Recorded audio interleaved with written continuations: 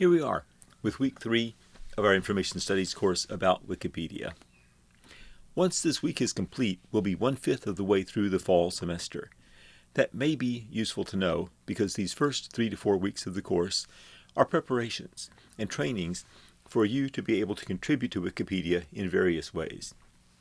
I hope you're finding the work interesting and that you're giving yourself enough time to complete the readings, trainings, and Wikipedia blog entries.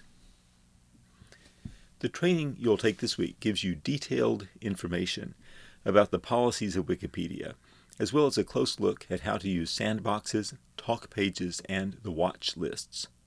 You'll notice that when you click on the trainings in Wikipedia, you see an estimate of the time it will take to complete that particular training.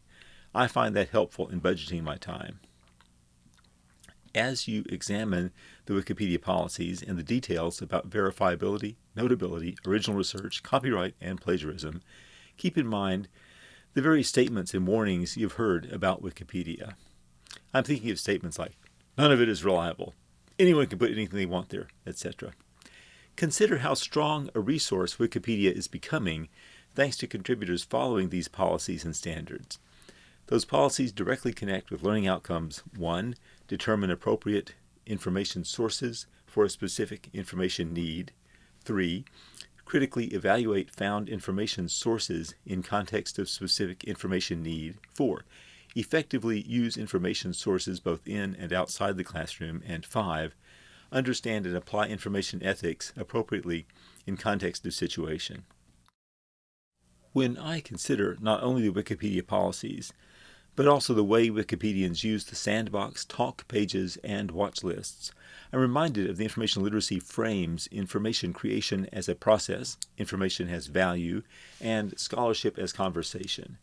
By the way, I am aware that I keep bringing up these learning outcomes and the information literacy framework. That's not accidental. I want each of you to be aware both of how you deal with information and how information functions in society. The framework is an especially useful conceptual toolkit for increasing your awareness.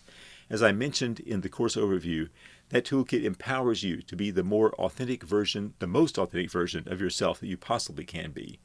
This toolkit helps you know how to use information sources for your own benefit and for the benefit of your family, friends, classmates, and coworkers. We're dealing with revolutionary change in identity here. This is movement from being a passive consumer victimized by external power holders to becoming a human being with power to act for the good. In academic terms, we call this developing your sense of agency. When you write your Wikipedia blog entry too, make sure to include your impressions of Wikipedia so far. You may find it interesting, and I'm curious to know, to describe how your viewpoint on Wikipedia has changed over time. Thank you for your engagement in this course and in the world. I know we all have plenty of stress, and I sincerely hope you're also finding times of refreshment and joy. One of my favorite Japanese poems is by Matsuo Basho, a 17th century writer. He wrote, as translated by Lucian Strike, "Come, see real flowers of this painful world. As you go through this week, notice the real flowers you encounter. Let me know if you have questions. Best wishes."